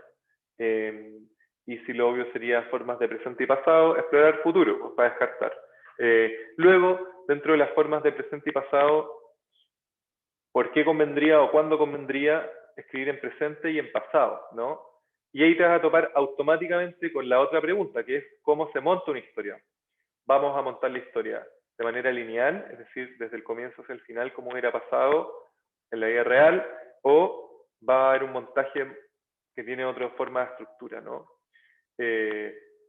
El montaje también va a afectar los tiempos verbales, porque, por ejemplo, si partimos una historia desde el medio, como pasa en la Odisea, donde Ulises parte narrando todo lo que le pasó antes, desde que está ahí y luego continúa, ¿no? Evidentemente, la narración de Ulises va a referirse a un pasado, ¿no? En un tiempo cero que es un presente, ¿no? Y luego, a cierto punto en adelante, aunque la narración en sí sea en presente o en un pasado simple, que es una forma también de no un presente, ¿no? Esto ocurrió ahora, de cierta manera ya sabemos cómo funciona el montaje y que esto ya está sucediendo, ¿no? Y no es como parte de ese pasado recordado. En ese sentido, sea desde el uso de las tablas, sea desde el montaje, o sea desde los elementos interiores de la historia, es decir, los hechos, los personajes o el escenario, todas esas formas entran en juego al momento de descubrir finalmente qué es lo que quieres escribir tú. Y probablemente no tengas que explicarlo con sumo detalle, sino que simplemente lo termines escribiendo, ¿sí? La gracia es que estos son métodos de exploración que te permiten ir desarrollando ciertas ideas nuevas o ir tomando ciertas decisiones que quizás van a funcionar en el futuro. Es una forma de poder resolver un problema que ni siquiera sabes cómo empezar a plantearlo. ¿Se entiende, no? Es como cuando tú escribes, desarrollas el problema en la medida en que lo respondes o de cierta manera lo exhibes, ¿sí? Y eso es lo difícil. Eso es lo complejo. En el caso del alienígena, que es una buena, de los reptilianos, que es una buena pregunta, depende también, o se topa con otro aspecto, que son las leyes puestas en juego de estos mundos, ¿no? Por ejemplo, hay una novela que se llama Matadero 5 de Kurt Vonnegut, donde hay era un escritor de ciencia ficción, es raptado, secuestrado por unos alienígenas, ¿no? Y los alienígenas lo meten a un zoológico. Y antes de meterlo en el zoológico, él conversa y le pregunta a ellos cómo perciben el mundo, o el universo, la realidad. Y los alienígenas le dicen que ellos ven las cosas, ellos están en la cuarta dimensión, o en una quinta dimensión. Entonces ellos ven el tiempo como ven el espacio, ¿no? Entonces pueden ver el pasado y el futuro y el presente, o el presente deja de existir de cierta manera, pero el pasado y el futuro simultáneamente. Entonces ellos ven seres como lombrices, ¿no? En el tiempo, una imagen muy bella que plantea Vonnegut. ¿Por qué quiero decir esto? Porque también esto depende de cómo los reptilianos interactúan con el mundo, de cierta manera. Y eso claramente es un elemento con el que se podría jugar. Por ejemplo, si pueden viajar en el tiempo o ver el tiempo de una manera distinta, se podría hacer juegos temporales.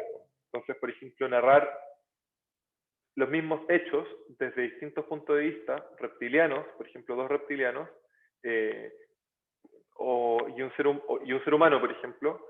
Entonces el reptiliano lo describe todo en un futuro, una narración futura, mientras que el ser humano lo describe en un presente, ¿no? O el ser humano lo describe en un futuro y el reptiliano lo describe en un pasado. ¿Se entiende, no? No tengo muy claro ahora cuál sería el porqué de esas modulaciones temporales en los distintos personajes, pero sí habría una relación que te permitiría establecer algo así como un contraste, ¿no? ¿Qué te permitiría construir esta idea del voyeur, ¿no? Como el reptiliano.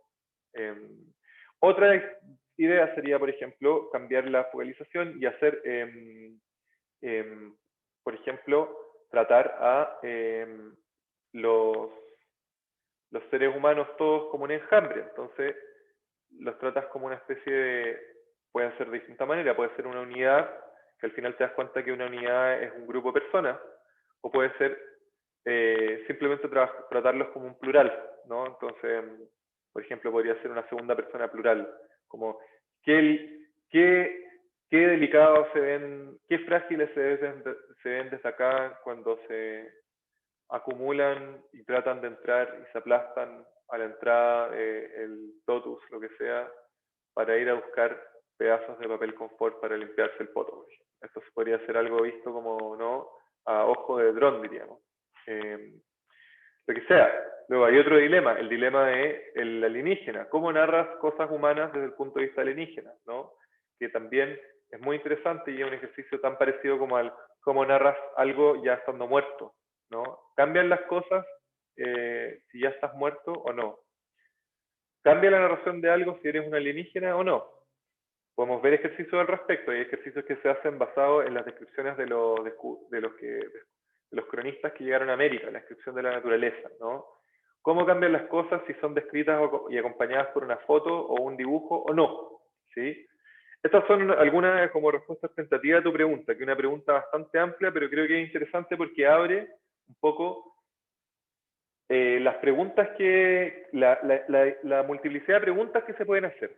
Lo interesante es que aunque sean múltiples, todas están orientadas o se enrielan en los mismos ejes. Y eso es lo que me interesa, ¿no? Que empecemos a trabajar en estos mismos ejes, que sería el eje historia-montaje, el eje tablas y el eje elementos dentro del mundo, ¿no? Que sería espacio, personajes, objetos, y a un nivel más abstracto, como vamos a ver, que es lo que más importa, serían los procesos que describen la historia, porque una de las cosas que vamos a ver que planteo es que la historia, el centro de cualquier historia son uno o varios procesos. Todo lo otro es secundario y se orienta en torno a esto. ¿Sí? Catalina levantó la mano.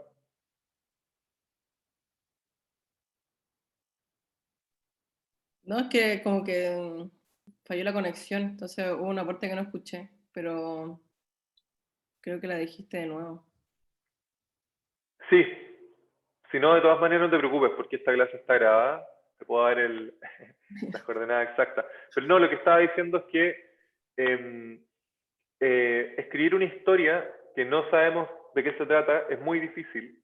Y como ya hemos visto, y esto era parte de lo interesante de esta clase, es que hay muchas formas de abordar una historia y resolverla y empezar a descubrirla. Lo importante es que las variaciones no son infinitas, son muchas, pero no son infinitas. Y eso, de cierta manera, nos da una tranquilidad, porque la medida en que, y eso vamos a empezar a hacer, trabajemos un lenguaje común en torno a ejes o rieles comunes, como sería la historia del montaje, o las tablas, ¿no? Tiempos verbales de persona y número, o el mundo evocado, que sería la geografía, las entidades dentro de eso, y las cosas, y los procesos, de cierta manera nos vamos dando cuenta que estos son los factores que entran en juego. ¿Quiere decir que vamos a tener que clarificar, tener en claro todos estos factores en todo momento o antes de lanzarnos a escribir? No, po. Uno lanza y uno puede escribir sin tener idea de esto. La gente escribía sin tener idea de esto, ¿no? La idea no es como comerse el coco y pensar que a través de este método vamos a poder como generar, vamos a tener que tomar todas las decisiones antes de lanzarnos a escribir, porque probablemente quizás no nos salga nada bueno. Esto no es garantía de nada, simplemente nos da o nos permite ampliar, diríamos, la paleta de herramientas que tenemos a mano al momento de sentarnos a pensar en lo que queremos escribir, ¿sí? Y yo creo que nos va a facilitar las cosas que no sabemos sobre qué escribir. Es una persona trans, no es igualable a ninguna otra forma de bullying escolar, ¿sí? Solo viendo los números de cantidad de suicidios. ¿Sí? Eso así como un breve paréntesis, opinión personal, no puedo no decirlo. Me parece importante hacer hincapié en eso. Lo segundo es que no te preocupes sobre la historia o sobre tu historia o tu proyecto todavía. Estamos en la primera unidad, lo que vamos a hacer es desarrollar herramientas más amplias, ¿sí? Entonces, cuando se te ocurran, por ejemplo, preguntas o posibilidades para llevarla a el proyecto que estáis haciendo, que es intenso, es algo que yo, bueno, ahora recién el año pasado empecé a escribir como autoficción sobre el suicidio de mi abuelo, pero nunca antes lo había hecho porque es algo muy cuático.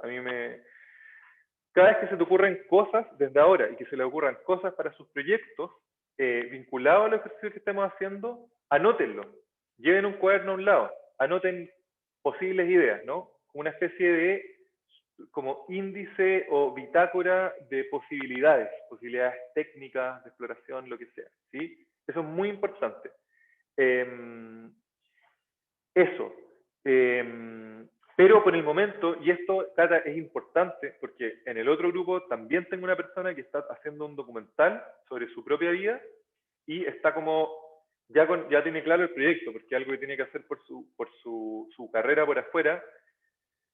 Trata de ver cómo se van a aplicar estas cosas a tu proyecto, pero también trata de pensar los ejercicios fuera del proyecto. Trata de pensar los ejercicios como formas de exploración de contenidos libres, diríamos, ¿sí? Esto sobre todo, y esto lo vaya a tener que hacer porque el preforzado precisamente apunta a este tipo de cosas. Vamos a trabajar, por ejemplo, en 2 semanas más en un argumento prestado. Entonces te vaya a ver la situación en donde yo te voy a decir exactamente la historia que voy a tener que contar. ¿Qué es lo que va a pasar? Que curiosamente te vas a dar cuenta que aunque a uno le den el argumento la escritura misma es donde se juega la historia. Y eso es muy interesante, como que se enriquece un montón. ¿Sí? Entonces, ahora vamos a hacer un pequeño ejercicio de 15 minutos, ¿sí? En parejas, ¿sí? ¿Qué es lo que vamos a hacer? Vamos a trabajar esta y un par de sesiones más en variaciones en las tablas, ¿sí? Lo que vamos a hacer en el ejercicio en parejas es, vamos a hacer una discusión en cómo cambiaría nuestras historias en torno a dos posibilidades. Primero, en cambio de segunda a primera persona. ¿Cómo cambiaría nuestra historia si se hiciera ese cambio? ¿Sí? Y segunda, ¿cómo cambiaría si pasáramos de un futuro a formas de pasado? ¿Sí? ¿Qué es lo que cambiaría en la historia? ¿Sí? Entonces, conversen eso durante estos 15 minutos. Brevemente cuéntense un poco de lo que se trata la historia, pero traten de ligarlo inmediatamente a cómo cambiaría. Esa es la discusión que me interesa que den. Finalmente, eso vamos a hacer durante 15 minutos, ¿sí? Entonces yo voy a constituir las salas y cuando terminen los voy a convocar para darle las tareas para la semana, ¿sí? Entonces vamos a parar la grabación.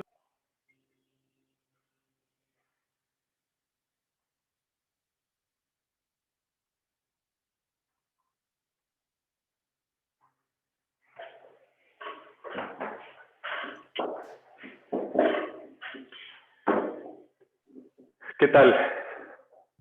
Quedamos cortos. Quedaron cortos. O sea, yo con la Cecilia sí, pero bueno, bien. No pasa nada. Bueno, pueden seguir por WhatsApp. No. ¿Por qué quedaron cortos? ¿En qué quedaron cortos?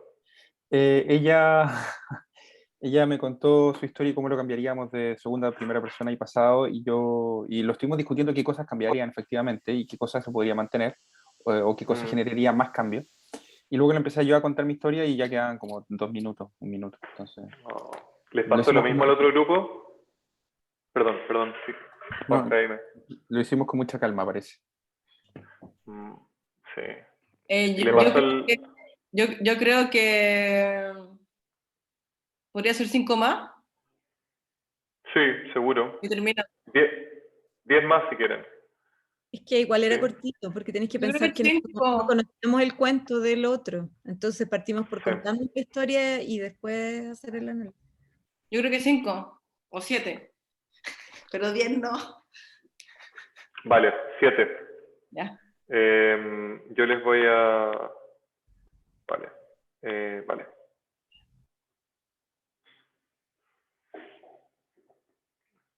Ahí tienen que entrar, creo. Sí.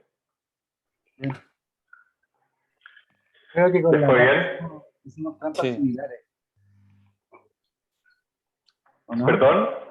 Que creo que con la Cata hicimos trampas similares en nuestros textos. Es decir, las trampas en tiempos verbales. Sí.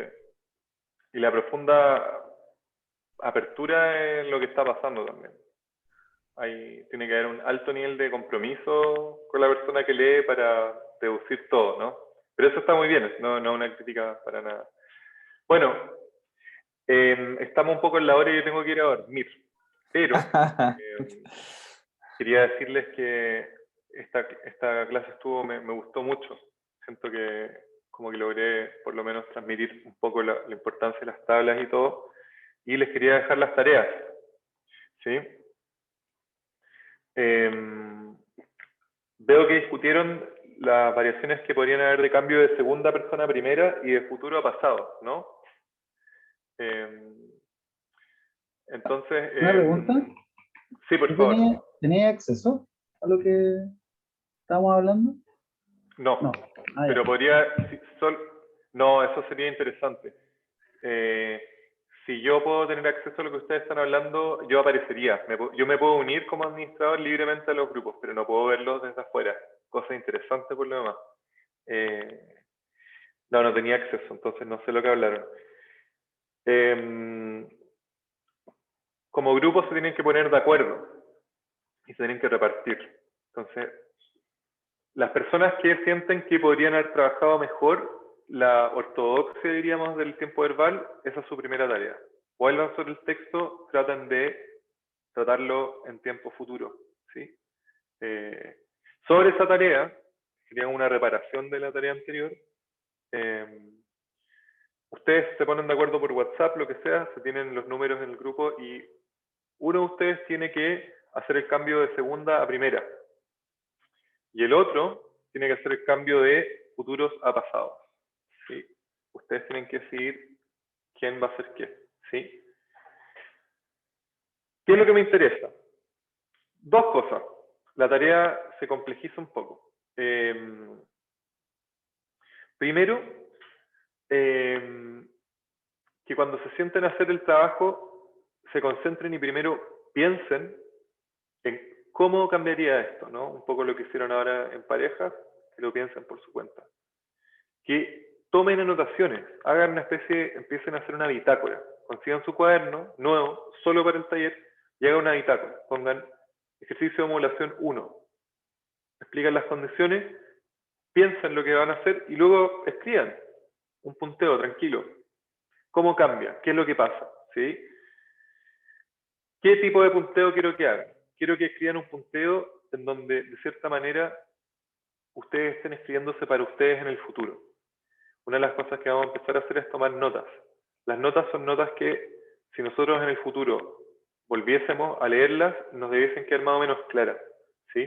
Entonces piensen que cada nota que toman no es necesariamente algo que van a volver a leer, pero si lo tuviesen que volver a leer, les debiese quedar clarísimo, inmediatamente, qué es lo que estaba pasando ahí, ¿sí? Entonces, tratan de escribir también con letra clara. Yo a veces tomo notas así muy al lote, nunca más las leo, en parte también porque no entiendo la letra. Una vez que tomen las notas y reflexionen sobre esta variación, háganlo. Hagan la variación. ¿Cómo quiero que hagan la variación? Van a agarrar el documento, lo van a duplicar o copiar y sobre ese documento duplicado, el nuevo documento que es el mismo, van a hacer la variación, ¿sí? Si la variación no solo es mecánica, es decir, no solo cambia los tiempos verbales, si tiene que cambiar algo el contenido, háganlo, atrévanse, ¿sí? Luego tienen que duplicar la historia, es decir, cuenten la cantidad de palabras que tenía el cuento, tienen que escribir el doble. Es decir, si tenía 1000 palabras, tienen que escribir 1000 palabras más, ¿sí? El reto o lo complicado va a ser cómo alargar el cuento. Les va a parecer algo raro, pero les va a poner en el interesante aprieto de cómo alargar. Esto es una de las cosas que vamos a empezar a trabajar también. Lo interesante de esto, entonces, es que ahora van a tener que pensar varias cosas a la vez, ejecutarlas, ¿no? Primero, cómo va a cambiar el tiempo verbal a la persona, cómo esto cambia la historia, cómo ustedes van a cambiar el primer segmento y acomodar esa historia, y luego cómo van a alargar la historia, continuarla, ¿no? ¿Dónde alargarla? ¿Cómo continuarla? Cuando me refiero a que tienen que duplicar la historia, no necesariamente quiero decir que van a empezar donde terminaba y la van a seguir. Pueden duplicarla haciendo injertos, lo que sea, ¿sí? Simplemente fíjense que tienen que tener al menos el doble. Si quieren alargarse más, por favor, háganlo, ¿sí? Eso. ¿Quedaron claras las instrucciones? Más o menos, ¿sí? No, yo no entendí muy bien.